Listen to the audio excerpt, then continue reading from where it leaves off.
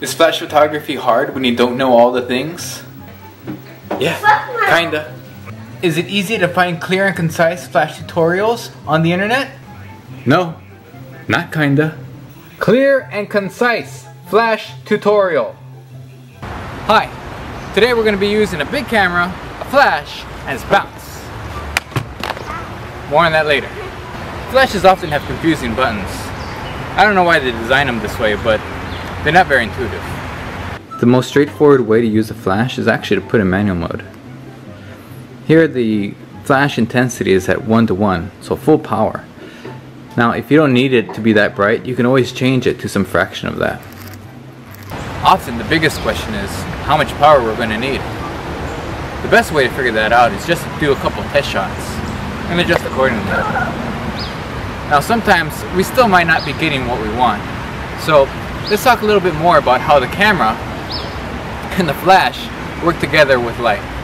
For camera settings, we only need to move around three things: the shutter speed, the aperture, and the ISO. The ISO changes the overall brightness of a scene. So if it's too bright, just move it down a bit. And if it's too dark, then put it back up. You're supposed to be on the swing. As for aperture, it does similar things, but with the added benefit from depth of field. Now depth of field refers to how much focus you have down the field of view. So the higher your aperture, the more depth you have. The lower your aperture, the less depth of focus you got. Hey buddy. Okay, all these things we know. Aperture, ISO, shutter speed. No, there's something cool about shutter speed. You see, shutter speed doesn't make your flash brighter or darker. You can use your shutter speed as a dimmer switch for the light of the world, making it darker or brighter, but the flash on your subject stays exactly how you want. Now, there's another element of flash photography, and that's coverage. So imagine you can create a light source anywhere and however big. That's what bounces do.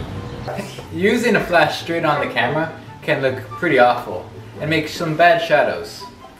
That's because it's coming out of the small point. If we can enlarge the light or give it an angle, it'll soften the image and people won't even know you used a flash. And that's what we want in photography: deception. When bounces are close to your subject, they'll create dramatic shadows. When further away or simply larger, the shadows will soften. The amount of flash power is up to you. So remember, the further and bigger the bounce, the more power you'll need to light them. Now remember when I said M mode was the most straightforward one to work with?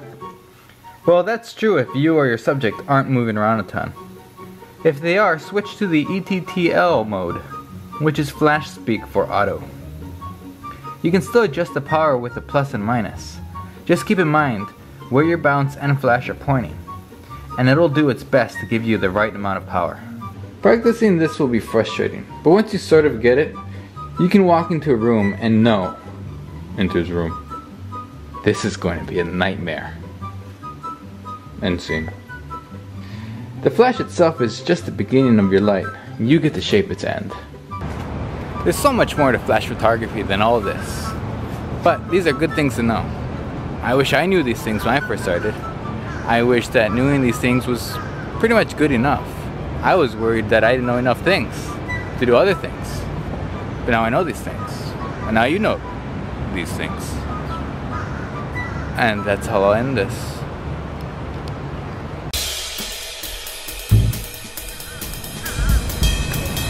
Yeah, tell him. Flash photography was just the beginning of the life.